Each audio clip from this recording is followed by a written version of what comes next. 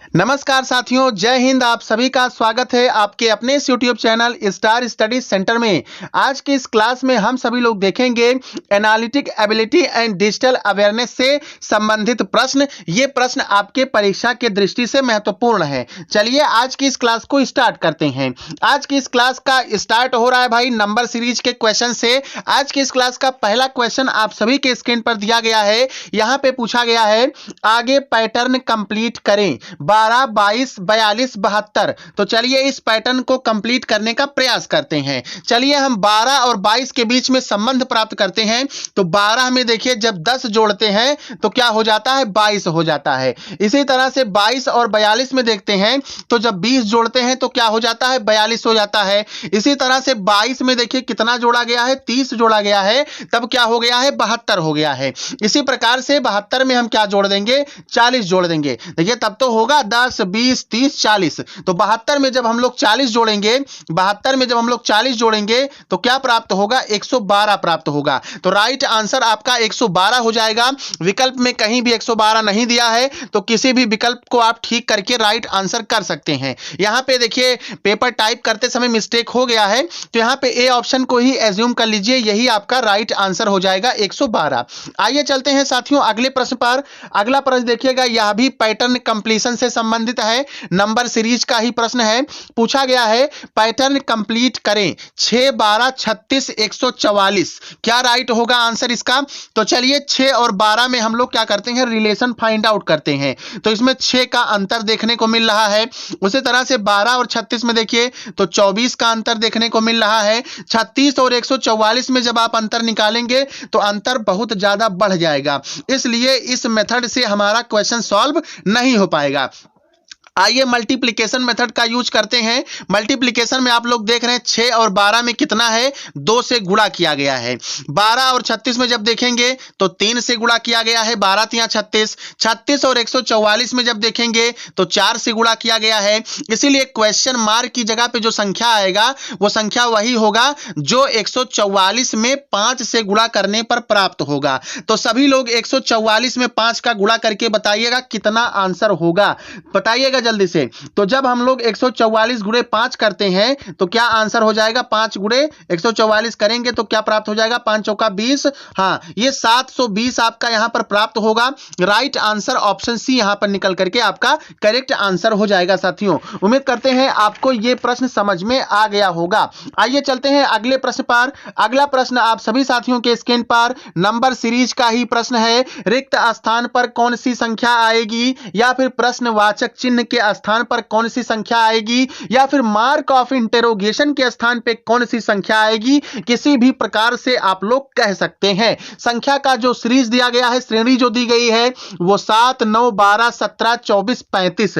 तो चलिए इसमें हम एडिशन या फिर सब्सट्रैक्शन करके अंतर प्राप्त करने का प्रयास करते हैं। तो क्या मिल रहा है, 7 और 9 में जब आप लोग देखेंगे, 7 और 9 में तो आपको 2 का अंतर मिलेगा। 7 और 2 क्या हो जाता है, 9 हो जाता है। 9 और 12 में जब आप लोग देखेंगे तो 3 का अंतर देखने को मिल रहा है। 12 और 17 में आप जब लोग देखेंगे तो 12, 5 कितना होता है, 17 हो जाता है। मतलब कि 12 और 17 के बीच में 5 का अंतर है। 17 और 24 में देखेंगे साथियों तो 17 और 24 में देखिएगा 7 का अंतर देखने को मिल रहा है। 24 और 35 के बीच में अंतर देखिएगा तो 24 और 35 के बीच में हमको 11 का अंतर देखने को मिल रहा है। देखिए किसी भी प्रकार से समान नहीं है, लेकिन यहां पे हमको प्राइम नंबर का सेट दिख रहा है। प्राइम नंबर आप लोग लोएस्ट क्लासेस में पढ़ चुके हैं। तो प्राइम नंबर देखिए 2 है, प्राइम नंबर 3 है, प्राइम नंबर 5 है, प्राइम नंबर 7 है और 11 भी एक प्राइम नंबर है। तो प्राइम नंबर से यदि आपने पढ़ा होगा तो 11 के बाद का जो प्राइम नंबर होता है वो होता है 13, आप सभी को पता होगा। तो इसीलिए 35 में 13 ऐड कर दीजिए सीरीज को आगे बढ़ाने के लिए। तो जब जब आप 35 में 13 ऐड करेंगे तब तब आपका 48 राइट आंसर हो जाएगा। क्यों, एम आई राइट, क्या मैं सही हूं भाई? बिल्कुल। 35 में जब 13 जोड़ देंगे तो आपको कितना प्राप्त हो जाएगा, 48 प्राप्त हो जाएगा। और विकल्पवा डी आपका दिया गया है 48, यही आपका राइट आंसर हो जाएगा, करेक्ट आंसर हो जाएगा। देखिए इस श्रेणी में इस सीरीज में प्राइम नंबर्स का अंतर हो रहा है और 13 आपका क्या हो जाएगा, अगला प्राइम नंबर हो जाएगा। और 13 को क्या करिए भाई, जोड़ दीजिए 35 में, है ना। उसके बाद 48 में से जब आप 13 घटा के देखेंगे तब आपको 35 प्राप्त होगा, अतः यही आपका डी आंसर राइट आंसर हो जाएगा। चलिए अगले प्रश्न पर आते हैं। अगला प्रश्न है 4 नंबर का क्वेश्चन नंबर 4 आप सभी के क्वेश्चन नंबर 4 आप सभी साथियों के स्क्रीन पर 13, 17, 15, 19, 17 क्वेश्चन मार्क कंप्लीट करिए, क्या राइट आंसर होगा। चलिए इसमें भाई संबंध प्राप्त करने का प्रयास करते हैं। तो 13 और 17 में क्या अंतर है या फिर कितना जोड़ा गया है कि 17 हो गया है। 13 में कितना जोड़ दिए हैं कि 17 हो गया है, तो +4 का एडिशन किया गया है। अब चलिए 17 और 15 में संबंध देखते हैं। तो जब 17 और 15 में संबंध देखेंगे तो 17 में से 2 घटाया गया है तब 15 हो गया है, यानी -2 का अंतर है। अब चलिए 15 और 19 में अंतर देखने का प्रयास करते हैं। तो जब 15 और 19 में हम अंतर देखने का प्रयास करेंगे तो 19 में 15 में क्या किया गया है, 4 जोड़ा गया है कि 19 हो गया है, समझ पा रहे होंगे। अब 19 और 17 में देखिए, 19 में से जब 2 घटा दिए तो क्या हो गया, 17 हो गया। अब 17 और क्वेश्चन मार्क में क्या होगा, देखिए +4 -2 +4 -2, इसका मतलब अगला भी आपका +4 होगा। 17 में 4 जोड़ दीजिए, 21 आपका आ जाएगा। विकल्प संख्या सी आपका यहां पर क्या हो जाएगा साथियों, सही उत्तर हो जाएगा, करेक्ट आंसर हो जाएगा। चलिए ले चलते हैं आपको क्वेश्चन नंबर 5 की तरफ। क्वेश्चन नंबर 5 थोड़ा सा रेशियो प्रोपोर्शन का क्वेश्चन है, अनुपात समानुपात का प्रश्न है। देखिएगा 3:4 समानुपाते 30 अनुपाते क्वेश्चन मार्क चिन्ह के स्थान पर क्या आएगा, क्या 20 आएगा, क्या 44 आएगा, या फिर 68 आएगा, या फिर 58 आएगा। तो इसको ऐसे सॉल्व करेंगे, 3 और 4 में तो 1 का अंतर हो रहा है, तो इस प्रकार से नहीं सॉल्व हो पाएगा। 30 और यहां पे 31 लिख देंगे क्योंकि विकल्प में कहीं भी 31 आपका दिया नहीं है। चलिए दूसरी तरह से सॉल्व करते हैं हम। 3 और 30 में अंतर निकालते हैं, ठीक है। 3 और 30 में जब अंतर निकालेंगे तो 3 दहा में 30 होता है, तो 4 दहा में 40 करेंगे, तब भी विकल्प में कोई आंसर आपका नहीं मैच हो रहा है। तो 3 और 30 में दूसरे प्रकार से चलिए रिलेशन निकालते हैं। तो 3 का हमने क्या कर दिया है, क्यूब कर दिया है। तो 3 त्रिक का 9, त्रिक 27, और 27 में क्या किए हैं, 3 जोड़ दिए हैं, तब क्या प्राप्त हुआ है, 30 प्राप्त हुआ है। अब आइए इसी प्रकार से 4 का क्यूब कर दीजिए, 4 चौके 16, 16 चौके 64। अब 64 में आपको कितना जोड़ना है, 64 में आपको कितना जोड़ना है, 4 जोड़ना है, आपको प्राप्त हो जाएगा 68। विकल्प संख्या सी यहां पर 68 दिया गया है, यही साथियों आपका राइट आंसर हो जाएगा। आशा करते हैं प्रश्न समझ में आ गया होगा। अगर नहीं समझ में आया है तो एक बार वीडियो रिवाइज करके फिर से रिवर्स करके देखिए, आपको जरूर कॉन्सेप्ट समझ में आएगा। इसी कॉन्सेप्ट पर एक क्वेश्चन और लेकर के आ रहे हैं 5वें के बाद 6वें क्वेश्चन के रूप में। 6वां क्वेश्चन स्क्रीन पर आपके 5:35 समानुपाते 13 क्वेश्चन मार्क दिया है, चिन्ह के स्थान पर क्या आएगा। चलिए 5 और 35 में रिलेशन देखते हैं। 5 और 35 में रिलेशन क्या है, जब 5 का गुणा 7 से करेंगे तो क्या हो जाएगा, आपका 35 हो जाएगा। इसी तरह से 13 का गुणा क्या कर दीजिए, 7 से कर दीजिए, तो 13 सते क्या होता है साथियों, 91 होता है। लेकिन कहीं भी आपको विकल्प में 91 नहीं दिख रहा है। चलिए अब 5 का 35 से संबंध किसी दूसरे तरीके से निकालते हैं। तो 5 का स्क्वायर कर देते हैं, ठीक है। तो 5 25 और क्या करते हैं, उसमें 5 जोड़ देते हैं, तो 25 और 5 जोड़ देते हैं तब 30 हो जाएगा। 35 हो ही नहीं रहा है। चलिए फिर से दोबारा प्रयास करते हैं, 5 का स्क्वायर करते हैं, 5 का स्क्वायर करते हैं, उसके बाद में 5 गुणे 2 कर देते हैं। 5 25 और 5 दूना 10, तो 35 आपका हो गया ना 35। यहां देखिए 35 हो गया, यहां पे आपका संबंध आपको मिल गया। इसी तरह से अब हम करेंगे क्या, 13 का स्क्वायर कर देंगे, तो 13 तेरहियम क्या हो जाएगा, 169 हो जाएगा, और प्लस 13 गुणे 2 कर देंगे, क्योंकि यहां 5 गुणे 2 करवाए थे, यहां पे 13 गुणे 2 कर दीजिए, 13 गुणे 2 कर दीजिए, तो 13 दूना क्या हो जाएगा, 26 हो जाएगा। तो 169 में आपको जोड़ना है 26, तो 9 छा कितना हो जाएगा, बताइएगा सभी लोग, 15 हो जाएगा। 9 छा 15 हो जाएगा, एक हाथ लग जाएगा। उसी प्रकार से 6 2 8 होता है, और एक जो हाथ लिए थे वो क्या हो जाएगा, 9 हो जाएगा। भाई जोड़ना तो आप सभी को आता है। तो जब 169 में 26 जोड़ेंगे तो विकल्प ए के रूप में 195 आपको मिल जाएगा। 169 में जब 26 जोड़ते हैं तो 195 हो जाता है। राइट आंसर ऑप्शन ए हो जाएगा। आशा करते हैं प्रश्न समझ में आ गया होगा। अब भाई आपको बेसिक मैथमेटिक्स नहीं आ रहा है, जोड़ना घटाना नहीं आ रहा है, तब फिर आपका बहुत ज्यादा क्वेश्चन गलत होगा। चलिए आते हैं अगले प्रश्न पर। अगला प्रश्न आप सभी के स्क्रीन पर अरिथमेटिक रीजनिंग का क्वेश्चन है। जब एक संख्या को उसके 5 के गुणक और उसके वर्ग में जोड़ा जाता है तब तीनों संख्याओं का योग 91 होता है। संख्या ज्ञात करिए। देखिए मान लीजिए कोई संख्या x है, x तो सभी लोग जानते हैं ना। अब उसकी संख्या को क्या करता है, उसी के गुणक के साथ 5 के गुणक के साथ जोड़ देते हैं। तो 5 का गुणक 5 का x में गुणा करेंगे तो 5x हो जाएगा। ठीक है, अब उसके बाद में उसी संख्या का स्क्वायर कर दिया गया है। देखिए यहाँ पे लिखा गया है ना कि जब एक संख्या को उसके 5 के गुणक, तो एक संख्या हो गई x, 5 का गुणक हो गया 5x और उसके वर्ग यानी कि प्लस एक्स स्क्वायर इतना किया जाता है तो योग क्या हो जाता है, 91 हो जाता है। इतना उम्मीद करते हैं समझ गए होंगे आप लोग। x plus 5x plus x square equal to 91। अब आपको व्यंजक समीकरण हल करना आता होगा। चलिए x और 5x जब जोड़ेंगे तो क्या हो जाएगा, 6x हो जाएगा प्लस एक्स स्क्वायर हो जाएगा बराबर 91 हो जाएगा, है ना।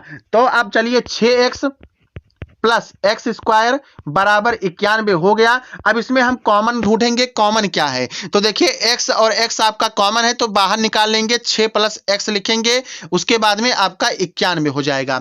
अब x की जगह पे चारों ऑप्शन में जो संख्याएं दी गई हैं उनको जब हम रख करके देखेंगे तो आपका 7 जो है यही राइट आंसर हो जाएगा। चलिए कैसे, 7 6 प्लस 7 बराबर 91। तो देखिए 6 प्लस 7 होता है 13 और बराबर 91। तो 13 सते 91, देखिए योग आपका 91 आ जा रहा है। यही आपका यहाँ पे राइट आंसर हो जाएगा, 13 सते 91। उम्मीद करते हैं प्रश्न समझ में आया होगा। आइए चलते हैं अगले प्रश्न पर।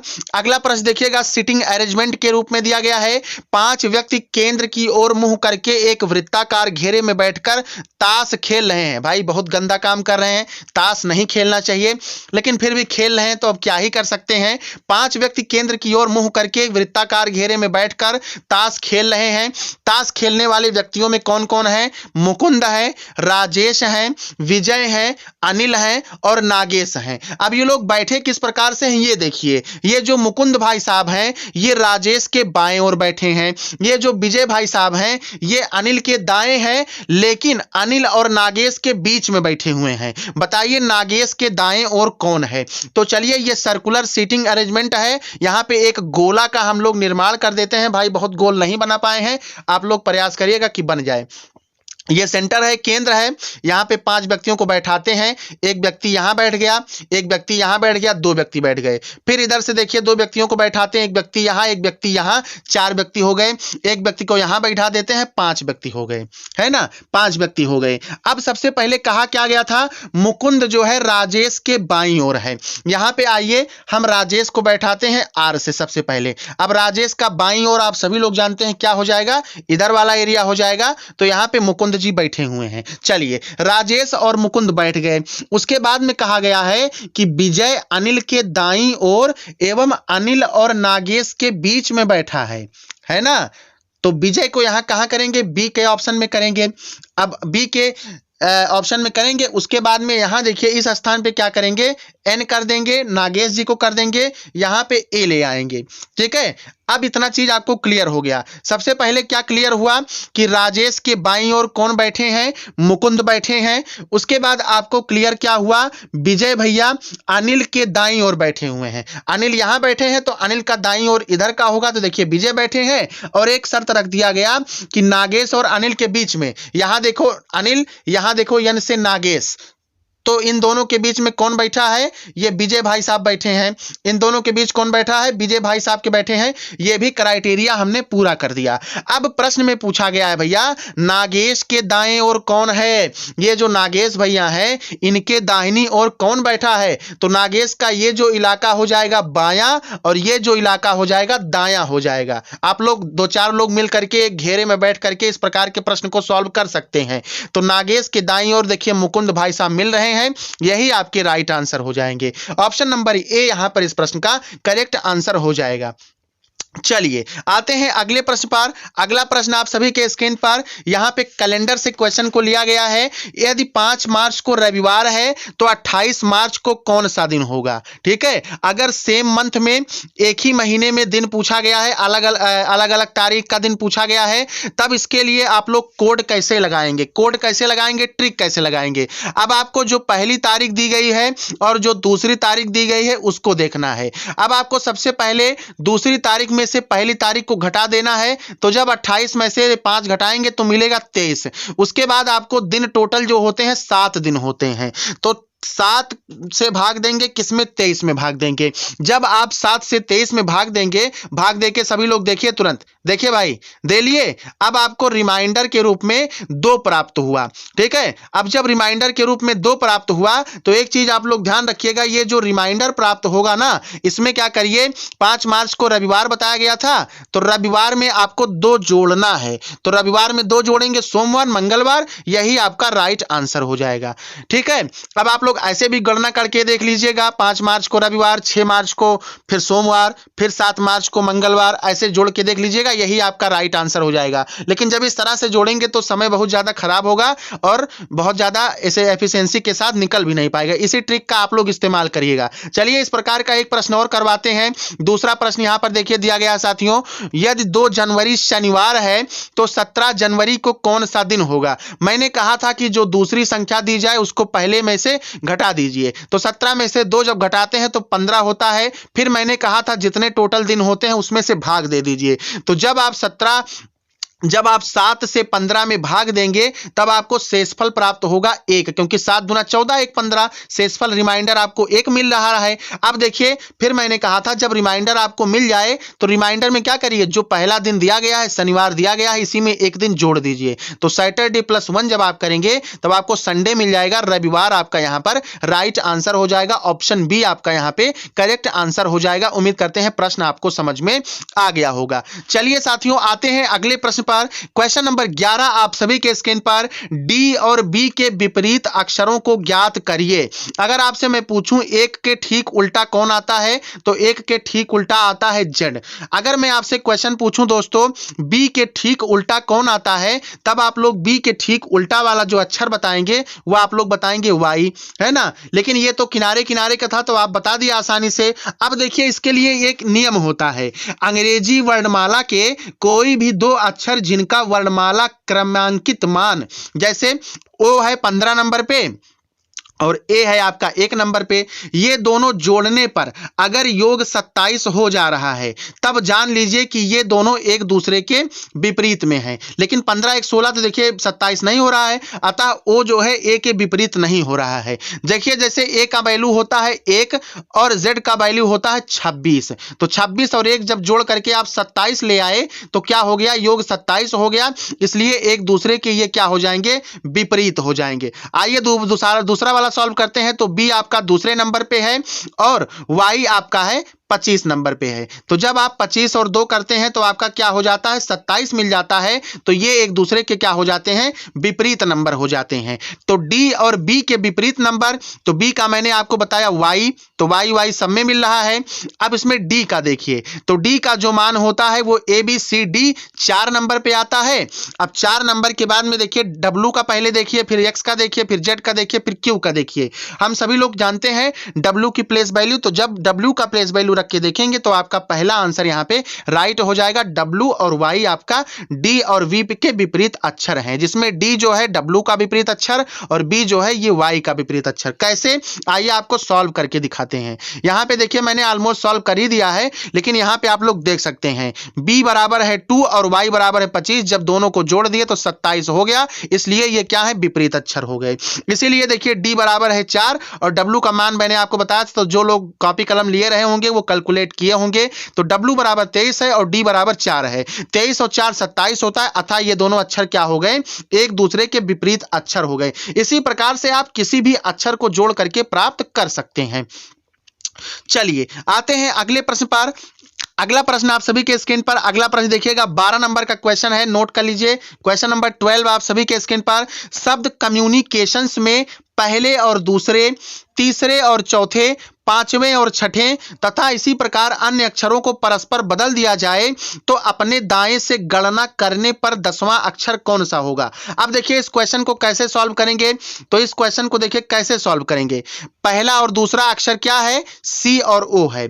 उसी तरह से आप लोग देख रहे हैं तीसरा और चौथा अक्षर क्या है, यम यम है। उसी तरह से आप लोग देख पा रहे हैं पांचवा और छठवां अक्षर क्या है, यू एन है। तो इसमें कैसे करना है, परस्पर माने एक दूसरे को आपस में, तो चेंज करिए, सी ओ को ओ सी हो जाएगा, है ना। इसी तरह से आप पूरा चेंज करके लिखिए, और जब पूरा चेंज करके लिखिए तो उसके बाद में करिए क्या, दाहिने से गणना कर लीजिए। दाहिना इधर से शुरू होता है, सभी लोग जानते हैं। तो जब दाहिने से गणना करना स्टार्ट करेंगे तो मैं करके लाया हूं, यहां पे आपका एन राइट आंसर हो जाएगा, है ना। आप सभी लोग करके बताइएगा कि आपको समझ में आया क्वेश्चन कि नहीं समझ में आया।